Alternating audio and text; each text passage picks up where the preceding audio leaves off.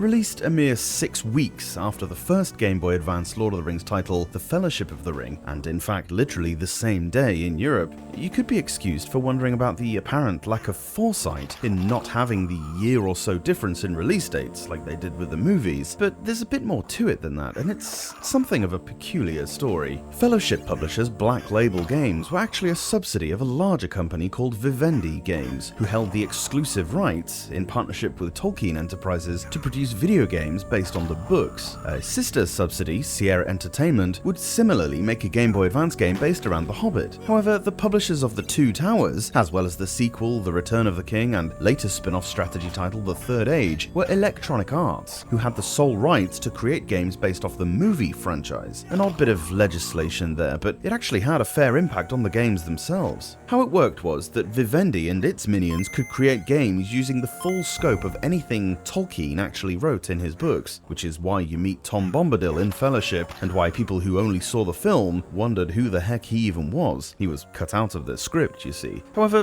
they couldn't base any of the character design or dialogue on anything Peter Jackson and his crew were involved in, which is perhaps why the portraits in that game look nothing like what you're most familiar with. On the flip side to that, EA were only allowed to include stuff that was actually in the movie trilogy. If anything from the books was not specifically mentioned, referenced, or depicted in the movies, it couldn't be in the games. However, this did give them the license to use Howard Shore's wonderful music, character portraits that actually look like Ian McKellen, Viggo Mortensen, Elijah Wood and all them, and even some compressed cutscenes from the films. So, take your pick which would have been more impactful in 2002. I've already mentioned this title in the very first episode of the Game Boy Advance series, when I put it in my top 10 GBA games I can think of right now list, even though the one I played back in the day might equally have been the follow-up. It doesn't matter too much, as this and Return both play fairly similarly, with the one being an extension of the other, picking up where Two Towers finished. Rather than start their series off with a Fellowship title, which would have been way too confusing considering Black Label's game, they instead decided to incorporate the second half of that first movie into the story of this one, starting the story off with the Fellowship already established and their quest underway. A brilliant decision if you ask me, as while I love the world building at the start of the first movie, even the staunchest fantasy fiction fan couldn't convincingly argue against it going on a bit long.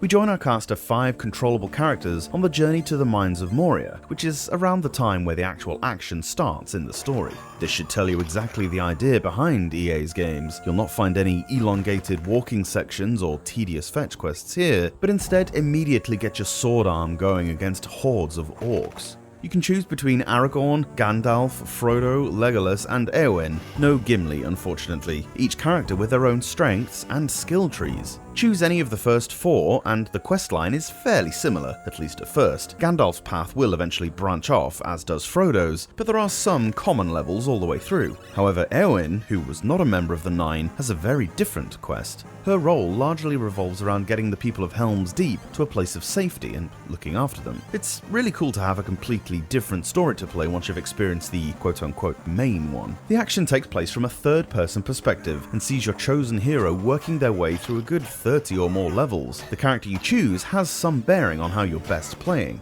Aragorn is strongest as a melee character, favouring up-close sword fighting, whereas Legolas is best from long range, and Gandalf can kind of do both. He's pretty good with a sword, but can also use magic to attack from distance. You're not locked into simply that though. Each one has a couple of different skills you could opt for, and their skill trees reflect that. Each time you level up in-game, not only do you get stat points to allocate to attack, defense, accuracy, and so on, but you'll also be able to unlock and augment these skills, and it's different for every character. Aragorn can either utilize a sword and shield combo or go full bore and dual wield 2 swords. You can also put your points into his healing spell if you like, with each subsequent point you add to it increasing the efficacy of said spell. Legolas can unlock something called Overdraw, which allows you to fire arrows through multiple enemies but needs to be accurate. Or alternatively, you could opt for Spread Fire, which doesn't need to be quite as hotshot but cannot be used as much due to how expensive it is MP-wise.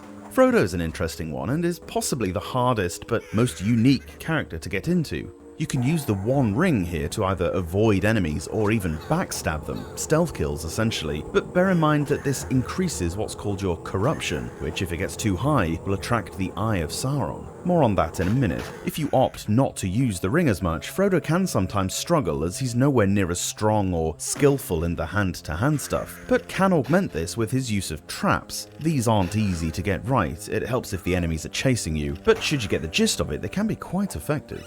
A magic-focused Gandalf requires a high number of stat points to be allocated to Courage, which increases your MP, as unlike Legolas, his ranged attacks require magic. Note that a lot of Gandalf's magic does increase his corruption, so can be a balancing act as well. Finally, Éowyn is a bit of a mix of everyone. She's probably best as a close-range fighter, as she can't dual-wield but can use two-handed weapons. You'll use the B button to attack and can hold the button to do a powerful attack. You get a secondary skill as well, which is your magic attack, healing spell, and so on, which is used by pressing A, and you can quickly cycle through these using the L shoulder button. Each thing is represented by a symbol, but they're fairly intuitive and you can see what they all mean on the character screen anyway. Keep an eye on your health and MP gauge at the bottom. The blue MP gauge will refill over time, but the red won't. You'll need to use healing spells for that, or find pickups in crates or dropped by enemies. Alternately, either one can be refilled by drinking from these color-coded fonts that you'll find occasionally. There are even these white fonts. These give you a boost to your XP or a temporary strength bonus. Anything dropped by enemies or otherwise found can be picked up by pressing R. Gems will just get added into the pile, but everything else goes either on your person or into one of your 8 inventory slots. If these get full, either discard stuff or flog them at a forge. Here you can also fix up your weaponry, improve it with whetstones, or buy some random things that could either be good or bad. This inventory screen is really simple to access. You can see the stats of whatever armor or weapon you find and decide if it's an upgrade to what you've already got on.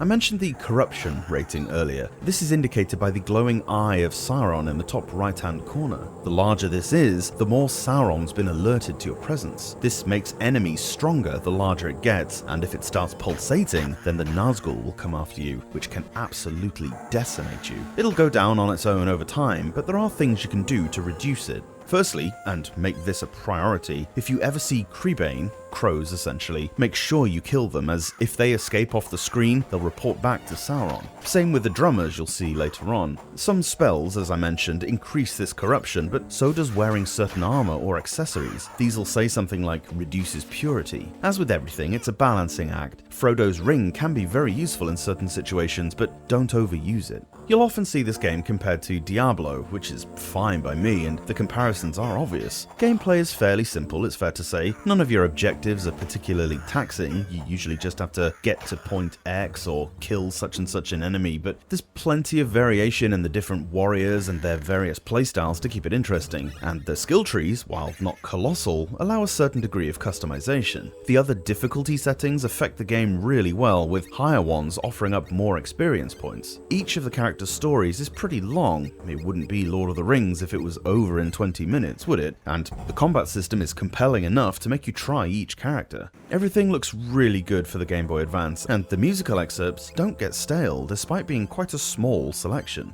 After last week's thoroughly disappointing adventure, this makes me feel much, much better.